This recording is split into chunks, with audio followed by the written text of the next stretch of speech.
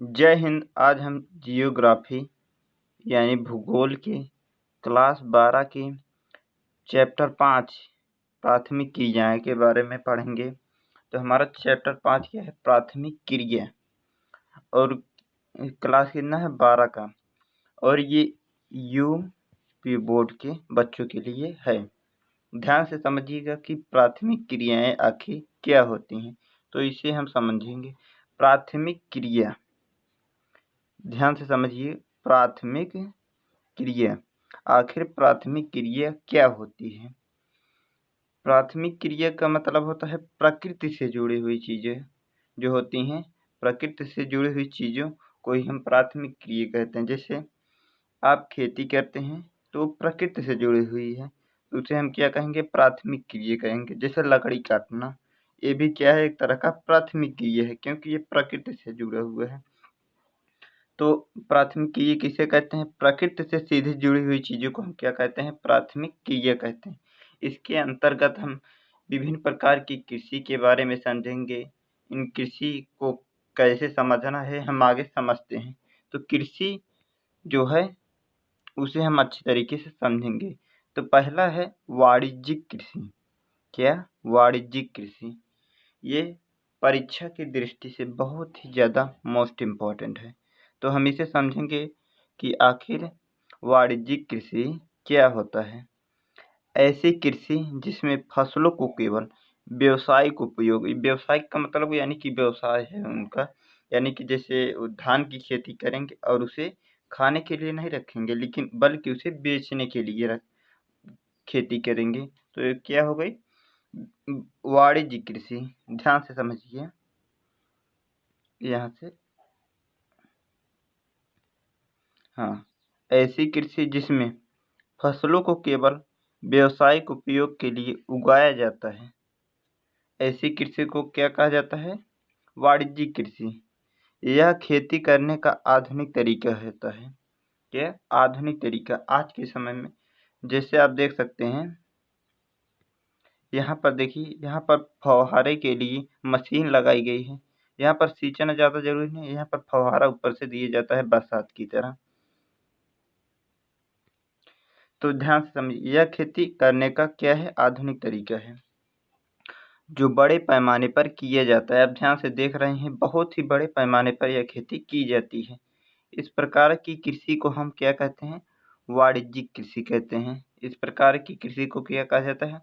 वाणिज्यिक कृषि कहा जाता है। इस कृषि का मुख्य उद्देश्य उत्पादन को बेचना होता है। मैंने आपको पहले ही बताया कि व्यावसायिक उपयोग, यानी कि उनका मुख्य उद्देश्य होता है कि वे खेती करेंगे और उससे जो फल प्राप्त होगा उन्हें हम क्या करेंगे? बाजार में बेचेंगे। तो क्या हो गया? वाणिज्यिक कृषि।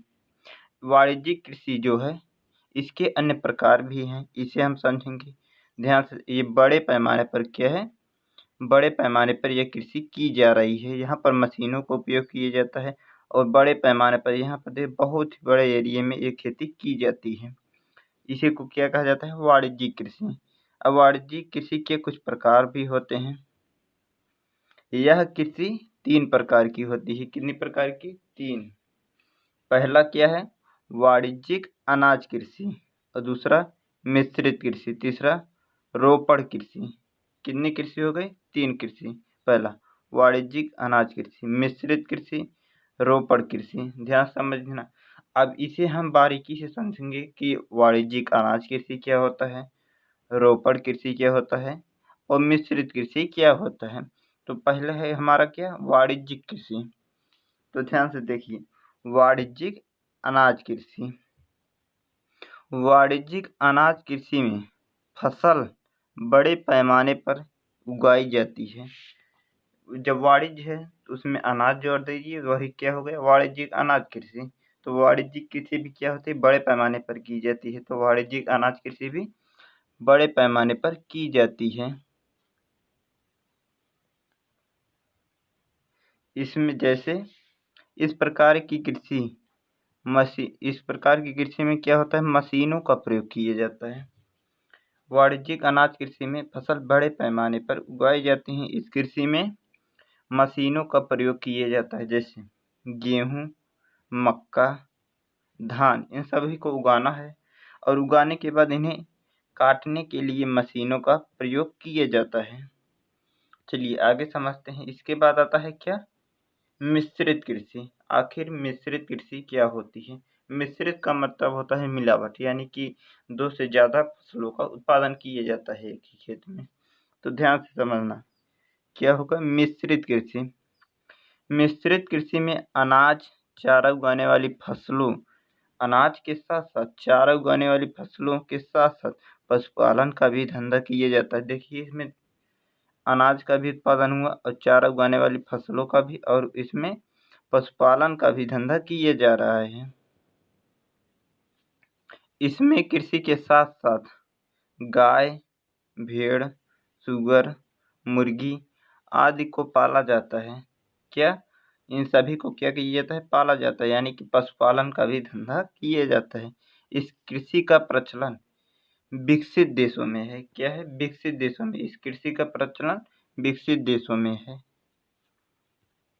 अब समझेंगे कि वो कौन कौन से देश हैं। जैसे संयुक्त राज्य अमेरिका, जिसे हम यूएसए कहते हैं, यूएसए, समझ में आ गया, यूएसए कहते हैं। फ्रांस हो गया, ब्रिटेन हो गया, इटली हो गया, जापान हो गए, ये सभी क्या है, मिश्रित कृषि करते हैं। ये सभी देश कौन सी खेती करते हैं, मिश्रित कृषि करते हैं। अब इसे हम चित्र के माध्यम से समझेंगे।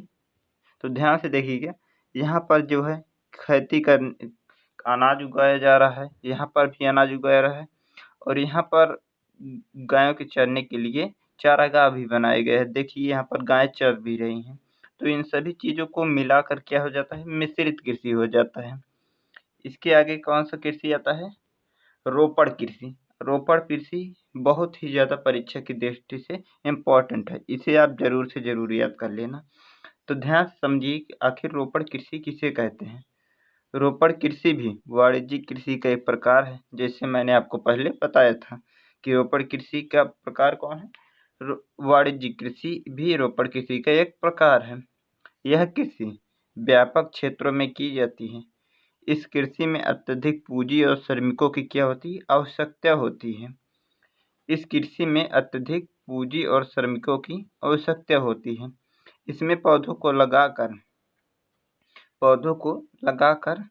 कई वर्षों तक उत्पादन किया जाता है। इसमें पौधों को लगाकर कई वर्षों तक उत्पादन किया जाता है। जैसे ध्यान से देखिएगा, पहला क्या है, चाय, कॉफी, कोको, रबड़, गन्ना, कपास, केला, अनानास, ये सभी क्या है, रोपड़ कृषि के उदाहरण हैं। तो ध्यान से आप समझिए, ये जो केला है इसमें लगभग 1 से 2 साल तक, 3 साल तक इसमें लगातार उत्पादन किया जाता है। तो यही क्या है, रोपड़ कृषि है। इसमें पौधों को लगाकर कई वर्षों तक उत्पादन किया जाता है। ध्यान से समझ में आ गया। चलिए आगे समझते हैं रोपड़ कृषि की विशेषताएं। क्या समझेंगे, रोपड़ कृषि की विशेषताएं। पहला, रोपड़ कृषि की विषय में पहला क्या है, यह कृषि व्यापक क्षेत्रों में की जाती है।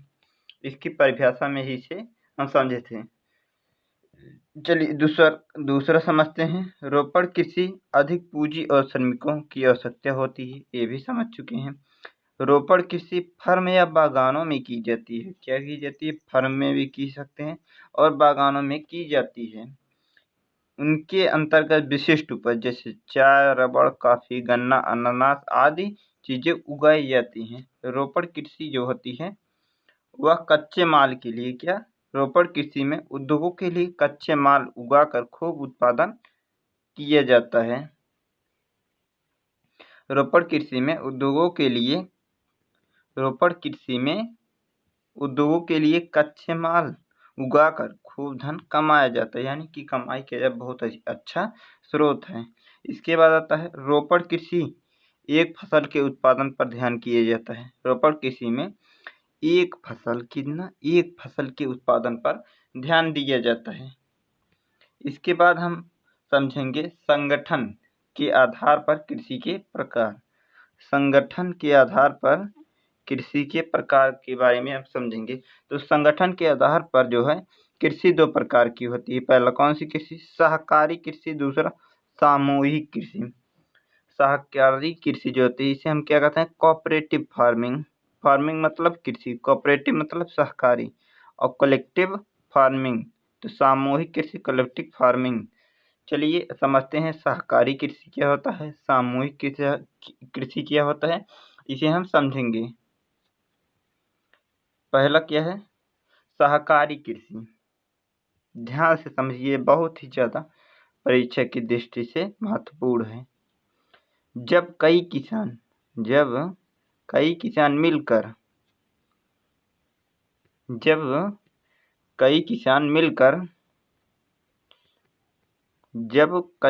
मिलकर अपनी कृषि को अधिक लाभ कमाने के उद्देश्य से एक सहकारी संस्था बनाकर कृषि करते हैं तो उसे हम क्या कहते हैं, सहकारी कृषि कहते हैं। यानी कि सहकारी कृषि में कई लोग मिलकर अपनी कृषि से अधिक उत्पादन करके कमाई करना चाहते हैं तो वो क्या करते हैं, एक सहकारी संस्था बना लेते हैं, तो उसी के माध्यम से क्या करते हैं, कृषि करते हैं, तो उसे हम क्या कहते हैं, सहकारी कृषि कहते हैं। इसमें व्यक्तियों के खेत को सही सलामत रखा जाता है, यानी कि उनकी खेत को जैसा है वैसे ही रहने देते हैं, बस उसमें कृषि करते हैं और कोई छेड़छाड़ नहीं करते हैं, यानी कि मेड़बंदी जो है उसको इधर से काट कर उधर कर देना, ये सब चीजें प्रक्रियाएं नहीं होती हैं।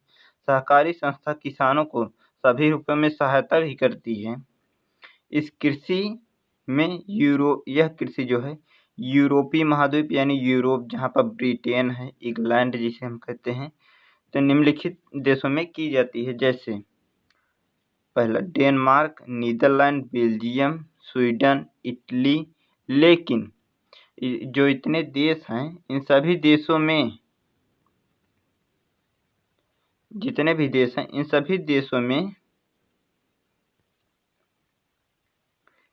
देशों में से लेकिन सभी देशों को छोड़कर डेनमार्क में ही सहकारी कृषि का सफल परीक्षण किया गया था। क्या किया गया था, सफल परीक्षण किया गया था सहकारी कृषि का। सबसे ज्यादा सहकारी कृषि कहाँ पर सफल हुई थी, डेनमार्क में हुई थी। ये क्वेश्चन 1 नंबर में पूछा भी जा सकता है। तो यहाँ पर देखिए सहकारी, यहाँ पर कोई ट्रैक्टर चला रहा है, कोई हल जोत रहा है, कोई धान लगा रहा है, यानी कि सब लोग मिलकर कृषि करते हैं। समझ में आ गया। लेकिन जो भूमि होती है उस पर सरकार का नियंत्रण नहीं होता है, लेकिन इसके आगे हम जो पढ़ेंगे उसमें सरकार का नियंत्रण होता है भूमि पर। तो देखिए कैसे होता है सरकार का नियंत्रण। क्या है, सामूहिक कृषि। दूसरा तो देखो, सामूहिक का अर्थ होता है समूह। आपको नाम से ही समझ में आ जाएगा कि सामूहिक कृषि आखिर क्या होता है। समूह में की जाने वाली कृषि को क्या कहा जाता है, सामूहिक कृषि कहा जाता है। इस कृषि में उत्पादन के साधनों पर समाज का नियंत्रण होता है, लेकिन भूमि पर किसका नियंत्रण होता है, सरकार का नियंत्रण होता है। इस कृषि की शुरुआत पूर्व सोवियत संघ में की गई थी, जिसे कोल खहोज नाम दिया गया था। क्या नाम दिया गया था, कोल खहोज। समझ में आया, कोल खहोज। सोवियत संघ का मतलब है क्या, यूएसए। समझ में आ गया, यूएसए जिसे रूस कहते हैं आज के समय में, वही क्या है, सोवियत संघ है। इसमें सभी कृषक अपने संसाधन, भूमि और पशुधन मिलाकर क्या करते हैं, खेती करते हैं और अपने दैनिक जीवन की आवश्यकताओं की पूर्ति के लिए एक छोटा सा भूखंड, अपने दैनिक जीवन की आवश्यकताओं की पूर्ति के लिए एक छोटा सा भूखंड अपने पास क्या करते हैं, रखते हैं। समझ में आ गया, रखते हैं। अब हम कुछ प्रश्न भी समझेंगे जो मैंने पढ़ाया है उसी से रिलेटेड है, तो ध्यान से समझिएगा। हमारा पहला प्रश्न है, सहकारी कृषि का सफल परीक्षण किस देश में हुआ था। पहला क्वेश्चन क्या है, सहकारी कृषि का सफल परीक्षण किस देश में हुआ था, तो वो कौन हुआ था, डेनमार्क में हुआ था। दूसरा क्वेश्चन है, विश्व में सबसे ज्यादा गन्ने का उत्पादन किस देश में होता है। दूसरा क्वेश्चन, विश्व में किस देश में गन्ने का उत्पादन सबसे ज़्यादा होता है? तो किस में होता है? ब्राज़ील में जो है गन्ने का बहुत ही ज़्यादा उत्पादन होता है। और एक क्वेश्चन बनता है कि चीनी का कटोरा किस देश को कहा जाता है? तो कौन होगा? क्यूबा होगा, याद कर लेना ये भी। तो इसके आगे हम समझेंगे भारवाही पशु किसे कहते हैं? भारवाही यानी कि भार उठाने वाले पशुओं को क्या कहा जाता है? भारवाही पशु कहा जाता है। भार उठाने वाले पशु को क्या कहा जाता है? भारवाही पशु कहा जाता है। जैसे गधा हो गया, घोड़ा हो गया, हाथी हो गया, ऊँट, खच्चर, याक, ये सभी क्या है? इन सभी का प्रयोग किया जाता है, बैलगाड़ी बनाया जाता है और उन्हीं से सामानों को ढोए जाते हैं, यानी कि ये भार उठाते हैं, एक स्थान से दूसरे स्थान पर ले जाते हैं सामानों को, तो इन्हें क्या कहा जाता है? भारवाही पशु कहा जाता है। इसके अगले वीडियो में हम इसी पाठ का पार्ट 2 पढ़ेंगे। उसमें हम चलवासी पशुचारण क्या होता है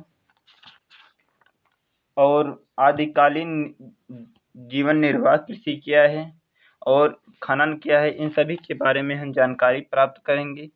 मिलेंगे नेक्स्ट वीडियो में, तब तक के लिए जय हिंद, जय भारत।